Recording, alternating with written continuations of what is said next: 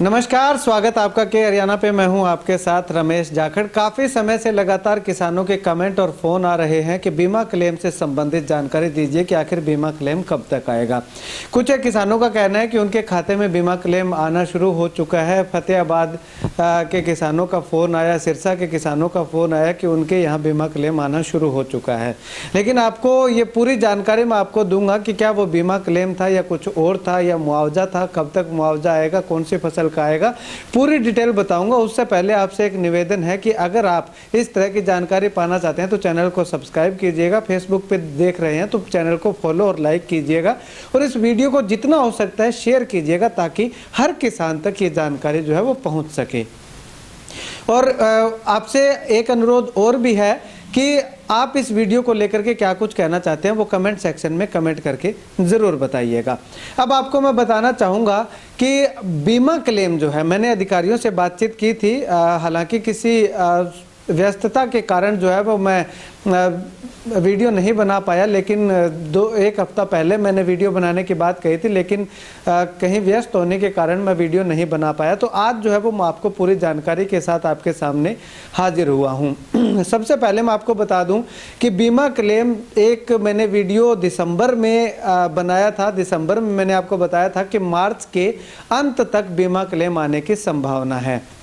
वो मैंने क्यों बताया था कि दिसंबर में जब मैंने बातचीत की थी अधिकारियों से तो उन्होंने कहा कि अभी तक वो टेबुलेट कर रहे हैं पूरे डेटा को, और टेबुलेट करने में जनवरी उनको लगेगा और उसके बाद फरवरी को जो है फरवरी में जो है वो सरकार को भेजा जाएगा और पूरा फरवरी जो है वो सरकार उस पर मंथन करेगी, उसको चिन्हित करेगी और उसके बाद जो है वो डेटा आगे बीमा कंपनियों को भेजा जाएगा। तो ऐसे में मार्च में बीमा कंपनियों के पास जाना चाहिए था और उसके बाद मार्च के 20-25 दिन में जो है वो बीमा कंपनी जो है उसको टेबुलेट करती और पूरा उसका एनालाइज करती और उसके बाद मार्च के अंत तक बीमा आने की संभावना मैंने आपको उस वीडियो में दिखाई थी, बताई थी। लेकिन उसके बाद अब फरवरी महीना आधा निकल चुका है तो उसकी क्या कुछ अपडेट है। मैंने बीमा कंपनी के अधिकारियों से, कर्मचारियों से बातचीत की तो उनका साफ तौर पे कहना है कि जो डेटा है वो डेटा उनके पास पहुंच चुका है। हालांकि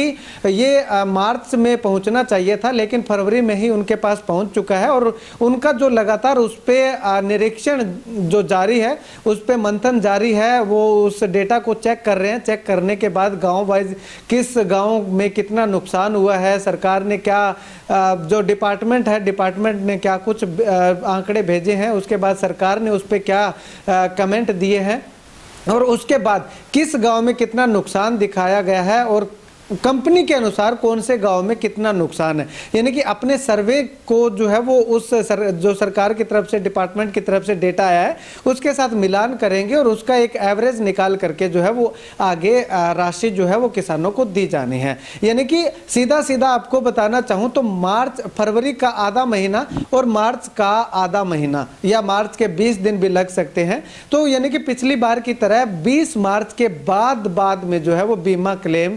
2021-22 का जो फसलों का जो नुकसान हुआ था वो आने की संभावना है। अगर यूं कहूं कि जो नरमा की फसल 2021 में जो खराब हुई थी, जो सुंडी के कारण खराब हुई थी, उसका आने की पूरी संभावना है। इससे पहले 2020 का बीमा क्लेम जो है वो किसानों के खातों में आ चुका है। तो 2021 का मार्च के अंत तक आने की संभावना जो है वो बताई जा रही है क्योंकि डेटा जो है वो बीमा कंपनी के पास पहुंच चुका है। अब सवाल एक और ये उठता है कि जो कुछ किसानों के खातों में आए हैं पैसे, वो पैसे किस चीज़ के आए हैं तो वो भी मैं आपको बता देना चाहूँगा। तस्वीर देखिएगा आप। इस तस्वीर में आपको साफ तौर पे दिखाई दे रहा होगा कि फसलों के नुकसान का मुआवजा देने के लिए 561.11 करोड़ की राशि स्वीकृत की गई है। ये 2021 की राशि जो है वो स्वीकृत की गई है, जो कि इस गुलाबी सुंडी के कारण जो फसलें खराब हुई थी उसके लिए सरकार ने जो है वो 561.11 करोड़ की राशि स्वीकृत की है। अब इसमें अपने सिरसा जिले को कितनी राशि मिलनी है, अगर आसपास के जिलों को मैं बताना चाहूँ तो इसमें दे रखा है कि हिसार के लिए 172.32 करोड़, भिवानी के लिए 127.2 करोड़, फतेहाबाद के लिए 95.29 करोड़, सिरसा के लिए 72.86 करोड़, चरखी दादरी के लिए 45.24 करोड़, झज्जर के लिए 24.51 करोड़, सोनीपत के लिए 12.26 करोड़, रोहतक के लिए 10.45 करोड़, पलवल के लिए 58.28 करोड़ रुपए, नूंह के लिए 52.5 लाख रुपए, करनाल के लिए 3.78 लाख रुपए और गुरुग्राम के लिए 10,000 रुपए की राशि स्वीकृत की गई है। यानी कि ये जो राशि है ये अलग अलग जिलों के अंदर जितना सरकार को लगा कि इन जिलों के अंदर नुकसान हुआ है तो उस नुकसान के लिए मुआवजा राशि जारी की है। लेकिन सरकार एक बात और भूल गई कि जो 2020 का बीमा क्लेम किसानों को आ चुका है उसका जो है वो सिरसा जिले ने अकेले ने 300 करोड़ रुपए मुआवजा की मांग जो है वो कर रखी है, सरकार के पास डेटा भेज रखा है। वो मुआवजा आखिर कब दिया जाएगा और क्यों नहीं दिया जा रहा? जब 2021 का मुआवजा दिया जा रहा है तो 2020 तो 21 से मुख्यमंत्री जी पहले आता है, तो वो मुआवजा भी किसानों को जल्द से जल्द दिया जाना चाहिए। खैर ये मुआवजा जो है वो 561 करोड़ रुपए के लगभग जो है वो राशि जो है ये बताई गई है कि मंजूर हुआ है। हाँ 561.11 करोड़ रुपए की राशि है। ये थोड़ी राशि है तो सरकार ने सोचा कि क्यों ना इतनी सी राशि जो है वो दे करके किसानों के मन में अपनी पैठ जमा ले और अपनी पीठ थपथपा लें। लेकिन इससे पहले जो किसानों की फसलें खराब हुई थी वो मुआवजा भी तो किसानों को मिलना चाहिए। जिन किसानों ने बीमा नहीं करवा रखा था किसी कारणवश उनको भी तो मुआवजा मिलना चाहिए, वो भी तो इंतजार में बैठे हैं। लेकिन सरकार इस ओर कोई ध्यान नहीं दे रही है, जबकि ये 561 करोड़ रुपए की राशि जो है वो स्वीकृत कर दी और ये बांट करके और किसान हितैषी होने का जो प्रमाण है वो देने में सरकार लगी हुई है।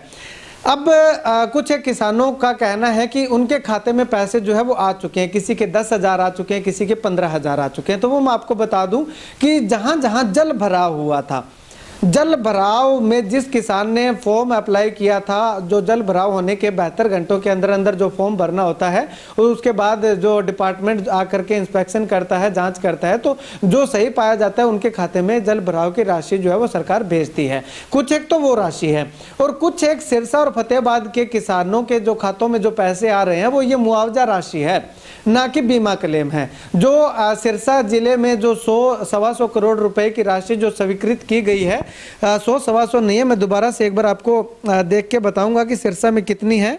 72.86 करोड़ रुपए है सिरसा की। 72.86 करोड़ रुपए जो है वो, हालांकि अब एक खबर मैंने और भी देखी थी कि उसमें डबवाली क्या एक भी गांव शामिल नहीं किया गया है। कुछ एक कालावाली का है, कुछ एक बड़ागुड़ा का है, इस तरह से अलग अलग ब्लॉक के जो है वो ये 72.86 करोड़ रुपए दे दिए गए। लेकिन सवाल ये उठता है कि क्या किसानों का जो जिन्होंने बीमा नहीं करवाया हुआ था उनके खाते में बताई जा रही है कि ये राशि आई है, बीमा क्लेम वालों को, बीमा जिन्होंने करवा रखा था उनके खाते में बीमा क्लेम जो है वो डलेगा। तो क्या बीमा ना करवाए हुए किसानों का इतना सा ही नुकसान हुआ है? पूरे सिरसा जिले में 72 करोड़ रुपए का ही नुकसान हुआ है। सरकार कहती है कि हम 10,000 12,000 रुपए प्रति क्विंटल प्रति एकड़ के हिसाब से दे रहे हैं। तो क्या इतनी सी फसलों, इतने से एकड़ में ही नुकसान हुआ है? सैकड़ों एकड़ ही हो कि बल्कि हजारों एकड़ हमारे इलाके में आती है, तो क्या इतने से किसान ही है? ये भी एक बहुत बड़ी सोचने वाली बात है। उसके बाद अब आते हैं कि बीमा क्लेम। बीमा क्लेम मार्च के अंत तक आने की पूरी संभावना है।